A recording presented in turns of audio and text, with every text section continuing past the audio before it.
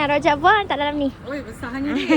Boleh awak nak berapa set ni? Ikutlah yang muat. Akak pakai bekas ni Boleh? Akak tengok dapat berapa set. Okey. Buat semua okey. Boleh campur. Campur. Ini nanas. Ni betik tau. Okey. Semuan, jambu, manja.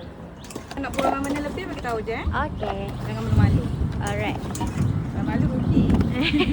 Nak nanas lah lebih kak. Nanas lebih. Okey. Lagi. Boleh cukup. Akak buat dapat dalam 3 set ni. 3 set. Boleh? Boleh. Ni kedondong semua okey Boleh? Ni nak makan ramai-ramai ke ni? Satu office? Betul. Senang kan?